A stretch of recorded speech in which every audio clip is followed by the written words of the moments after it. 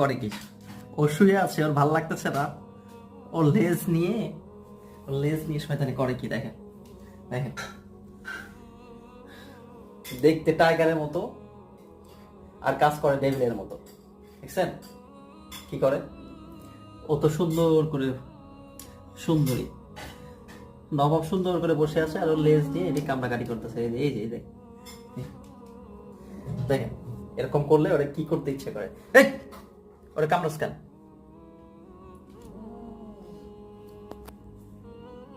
হুম,